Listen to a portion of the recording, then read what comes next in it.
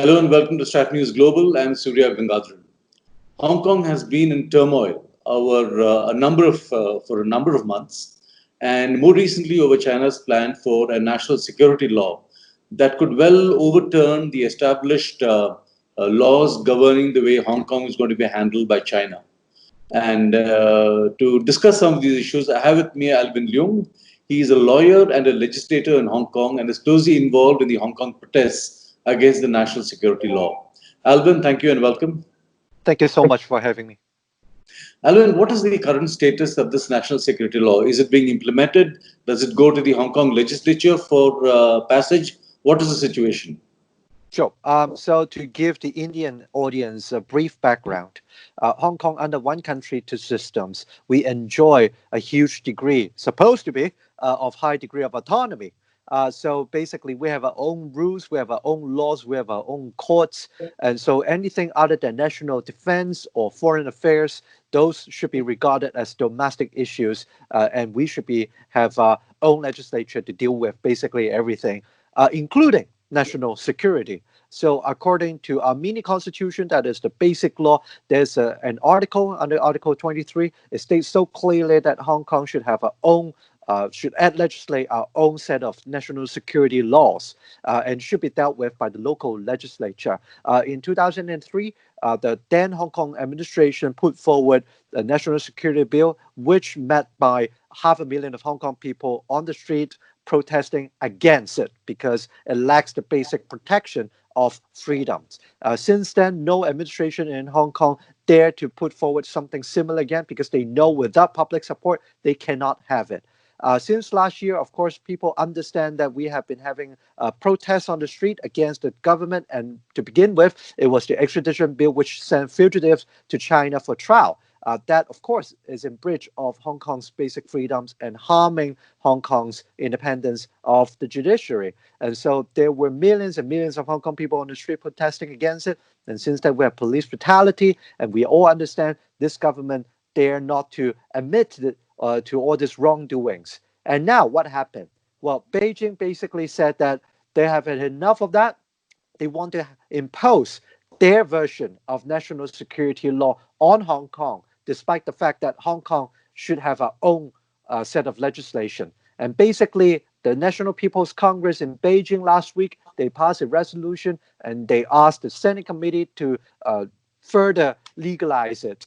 And so right now, we do not have the details of the bill, but we understand Beijing is going to do it. And they're going to undercut the Hong Kong legislature. Our colleagues and myself will have no choice and no chance to scrutinize the bill. We'll have the Hong Kong people will have no choice to say no to this bill because Beijing is going to impose it directly on Hong Kong. Beijing can legally do that? I mean, I thought the basic law and all that, I mean, the agreement on the handover of Hong Kong to China, it contains certain legal provisions that would have preserved your, legislative freedoms, and those are being overridden now? Well, as a lawyer from the opposition, I would say no, it's wrong. As I mentioned a bit earlier in my introduction, since Article 23 of the Basic Law governs so clearly and states so clearly that national security law should be dealt with by Hong Kong domestically. Absolutely. And so Beijing should have no room to say, I'm going to insert or impose our own set of national security law on Hong Kong. That is wrong. But of course, we understand Beijing is not willing to listen to the opposition voice. That's, of course, very unfortunate. So the sentiment in the legislature, is it pro-China, or are there some people there who are protesting against this? The majority here at the legislature is pro-Beijing. Although the opposition, the pro-democratic camp, we enjoy the popular votes. We enjoy the popular support. But since the system itself is not favorable to us, and so half of it is not elected by the people, but only a small circle of elites, say the lawyers, the doctors, the commercial sector, and of course a lot of them were Beijing appointed people who were not contested in the election. And so basically the legislature is dominated by the pro-Beijing camp legislators. So, in the event the national security law is passed, this will be passed in Beijing and then implemented in Hong Kong. So, you're virtually a part of the mainland now. Well, to a certain extent, yes, and that is why many people say that is the end of one country, two systems, and even that is not the end of it, it is the beginning of the end, because Beijing is basically ignoring and disrespecting one country, two systems. Under the promise, one country, two systems, Hong Kong supposed to have high degree of autonomy. As I said earlier, we should have our own set of laws. We should be able to govern ourselves. And worst of all, in this decision to impose this new national security law on Hong Kong, Beijing is going to send or set up a national security agency in Hong Kong. We do not know how far, to what extent they're going to operate, but it is quite certain that they will be here. And as national security agents, they are not Hong Kong people. We do not know how far they are well, how well they are trained. Will they respect Hong Kong human rights? I mean, all this remains as uncertain, but that is a doubt as to the high degree of autonomy of Hong Kong. Alvin, wasn't in a sense all this expected because given what China is and the kind of system it runs, to have this kind of situation in Hong Kong right next door, which could possibly give the wrong signals to China's own population. In a sense, wouldn't you have expected China to slowly, in an incremental manner, intrude into Hong Kong's systems, the police, the governing structures? I presume this has already happened. Well, on one hand, some people said that is predictable. But on the other hand, I would say, hey, Hong Kong, there is a promise is a promise. When the Chinese government signed the Sino-British Joint Declaration with London in 1984, that was a promise. The basic law is an implementation of the promise. That is supposed to be a contract over there. And so we expected that China, no matter how, well, of course, that is an authoritarian state. There's not much we should expect from them. But still, we were expecting that Hong Kong, as a metropolitan, as an international city, China should not and would not go that far. I mean, that is against the interest, not only Hong Kong's people's interest, but international community's interest. But also that it doesn't serve any good to Beijing. Hong Kong as the only international financial hub in China, Beijing is also enjoying a great benefit with a free Hong Kong. Mhm. How soon do you expect this new national security law to be implemented? Very soon, we understand in Beijing's legislature, nobody will veto anything. And so all laws shall be passed. And I'm afraid soon as in June, they will have their regular meeting again. And so it's possible that the National People's Congress Standing Committee will pass the bill and makes it become law. And that will implement it in Hong Kong very soon. So, tell me what happens once the law is passed. Does the PLA come into Hong Kong? Do Chinese laws apply completely? Well, basically, the PLA is in Hong Kong. They have been here since 1997, but we haven't seen them taking any operation on the street since day one. So that is one thing. But on the other hand, our concern here is, as discussed earlier, that they would set up a national security agency in Hong Kong. That means there will be secret police from China operating in Hong Kong, enforcing this national security law. And we do not know to what extent they're going to enforce it, whether they will be working together with the local police or they will take actions alone. Again, we do not know, but that is obviously against the spirit of one country, two systems. Mm. Have they already infiltrated the police? Well, would you believe that they have not?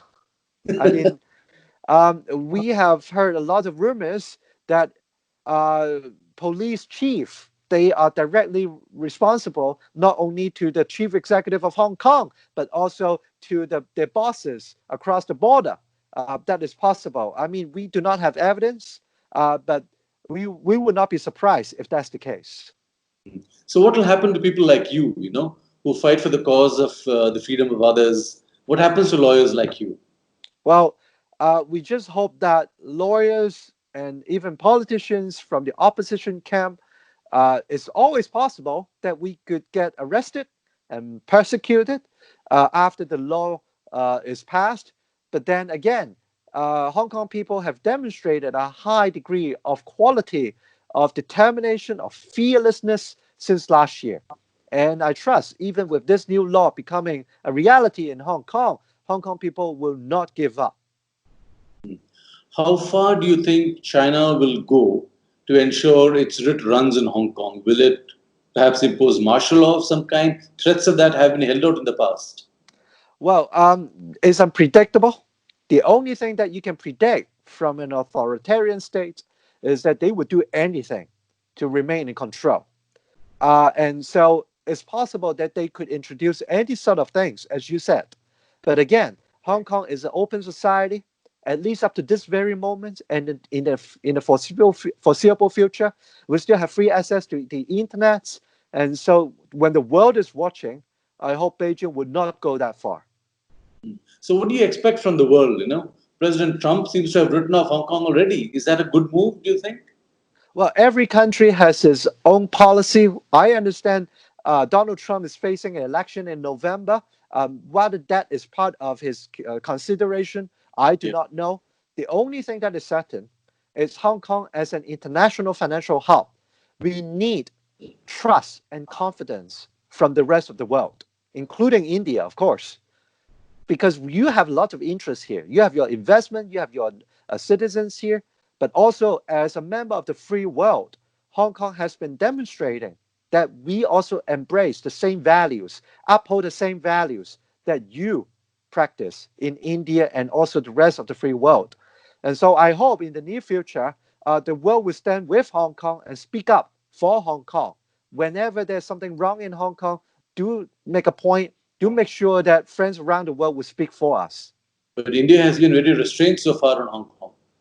Yeah, and there are lots of Indian citizens here in Hong Kong. And so, in fact, they are also Hong Kong citizens. And I'm sure when this new law is passed, not only politicians, frontline Chinese local politicians are affected, but also the rest of the city, no matter where you are from, as long as you treat Hong Kong as home, that will also harm their interests.